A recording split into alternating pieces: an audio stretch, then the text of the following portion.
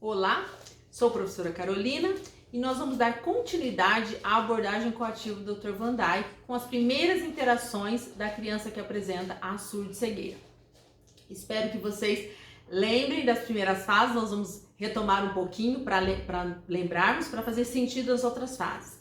Então, a primeira fase, nutrição, vínculo acolhedor, aceitar o mediador. Segunda fase, a ressonância, né, que é um diálogo de movimento. É o primeiro diálogo que a criança tem no movimento do corpo a corpo. Seja ela aqui no balanceio, no serra-serra, brincando com as mãos, com os bracinhos ou com as perninhas. A terceira fase, chamada coativa ou mão sobre mão, ela já é uma ampliação dessa comunicação. Mencionei o livro, né, da Kader Nascimento, da professora Piedade, das queridas estudiosas e pesquisadoras da área, todo o meu respeito a elas, e dei um exemplo de um toque para começar o atendimento, 2 toques para terminar. No livro também, aqui vou mencionar de novo para vocês darem uma olhadinha, Descobrindo a Surdo-Cegueira. Elas colocam também um exemplo, levantar o bracinho da criança e leva a criança até o parque. Então ela brinca, leva no escorrega, ela passa a mãozinha, né? Sobe, escorrega de novo, ou só as primeiras interações, vê a mãozinha e o pezinho lá na areia onde vai acabar, o escorregador ou escorrega, né? Ou na grama. Depois que brincou, interagiu, manipulou, brincou, levanta o bracinho da criança novamente, mas abaixa, segura. Então ela entende que para começar uma atividade e para terminar uma atividade, certo? Ou um toque para começar, 2 toques para terminar, certo? Agora nós vamos falar da referência não representativa, muito importante. Prestem muita atenção, que essa fase, assim, ela é extremamente importante. Na verdade, todas são, mas é que essa faz uma conexão muito legal com antecipando os acontecimentos para a criança. Pensem bem, eu quero que vocês entendam que a rotina é extremamente importante e as coisas precisam fazer sentido para as crianças. Lembra que nós estamos falando de pessoas que não têm visão e não têm audição, que são os sentidos de distância que nos conectam com o mundo, certo? Privado desses sentidos de forma total ou parcial, o prejuízo é muito grande para fazer as leituras sociais, para saber quem está no ambiente, quais são os objetos. E nós estamos ensinando a criança a capacidade exploratória, a utilizar as mãos e a entender o que acontece. Desde o dia e da noite, né, que as coisas começam e terminam, e que existem pessoas ao lado dela que vão interagir, certo? Iniciando a comunicação. Então, nessa fase da referência não representativa, nós vamos começar com a manipulação de objetos. Então, olha só, aos poucos nós vamos distanciando. Nutrição, vínculo, afetivo, referência, ressonância, os primeiros movimentos, o diálogo corporal, o coativo, ó, vai se distanciando, né? Mão sobre mão. Agora nós vamos utilizar um objeto que vai fazer sentido para a criança. Então pense que para essa criança vocês precisam estabelecer um objeto que faz sentido, que faz uma conotação a uma ação, a uma atividade simples do dia a dia, como comer. Imaginem vocês terem privação de visão e audição e alguém simplesmente colocar uma colher de comida na boca de vocês. É fácil? Sempre é importante que a gente imagine a sensação do outro, né? Seja do bico da mamadeira, de um copinho com água, as coisas precisam ser antecipadas. Então vamos pensar que na hora do alimento eu vou estipular o babador, certo?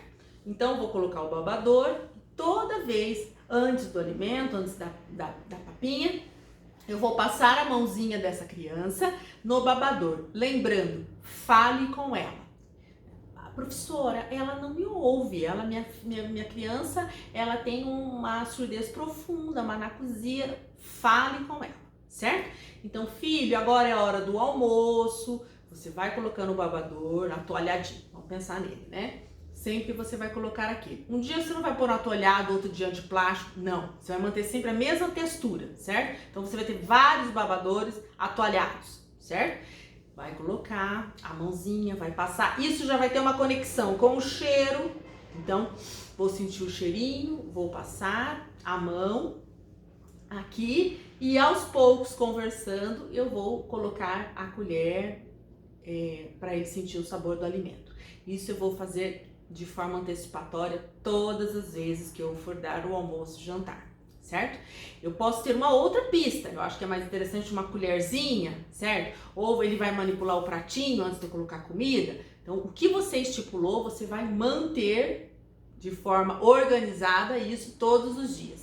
Isso também vai antecipar, vamos pensar, a hora do banho, né? Vou estipular que seja o cheirinho do sabonete. Então, a hora do banho, filho, agora é a hora do banho, então vou tirar a roupa com cuidado, vou tocar na fraldinha, sempre, né? Os mesmos movimentos, toco na fraldinha, converso, coloco a mãozinha na banheira, dentro da água, a água tá morninha, vou antecipando o cheirinho. Se eu estipulei que seja um patinho de borracha, vai ser sempre o patinho de borracha. Se eu estipulei que vai ser o cheirinho do sabonete, sempre o cheirinho do mesmo sabonete. Se eu estipulei que vai ser uma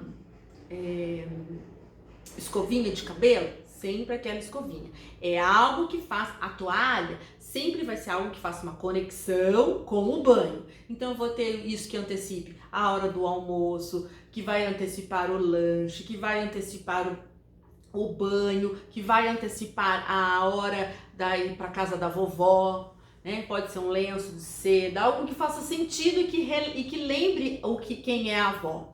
As pessoas precisam entender que nós vamos ter pistas táteis para tudo para essas crianças, inclusive para nós, certo? A minha pista tátil, não sei se vocês vão conseguir enxergar daí, é essa pulseirinha aqui. Uma pulseirinha que eu não tiro, que ela é a minha identidade para as crianças com surdo-cegueira, certo? Meus alunos todos me reconhecem por essa pulseirinha. Ela é acetinadinha, ela tem uma textura agradável, então ela não é uma pulseirinha. Ela significa a professora Carol. Então, quando tocam na pulseirinha, eles sabem que sou eu, certo? Então, isso é uma identidade minha e que outra professora tem uma outra, né? Pode ser uma pulseirinha de fuxico, pode ser um elástico, algo que ela vai utilizar sempre a mesma e que a criança vai fazer conexão da pista com a pessoa, ok? Então, entenderam sobre a referência não representativa?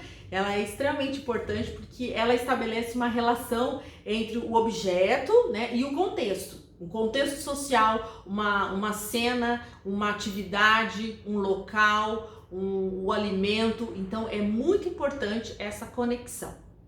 A imitação é quando a criança já começa a entender um pouco mais. Olha o distanciamento, né? Saímos do vínculo acolhedor, do movimento, do toque, estamos nos distanciando e agora nós vamos para a imitação.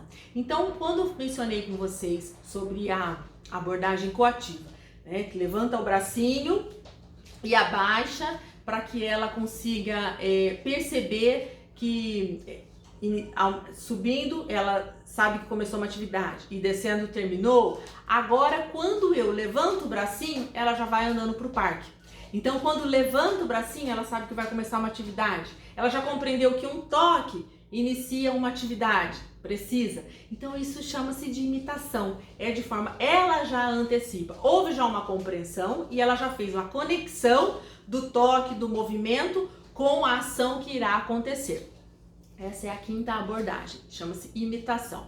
Agora nós vamos para a última abordagem, muito importante, e que a criança começa a ter essa compreensão mesmo do que está acontecendo, que é chamada de gesto natural. É a conquista do controle voluntário dos movimentos. Então a criança tem fome, ela já põe, por exemplo, a mão na barriguinha ou a mão na boca, certo? A mãe identifica que ela quer comer. Nesse momento, eu já vou fazer o sinal em libras convencional, que é comer.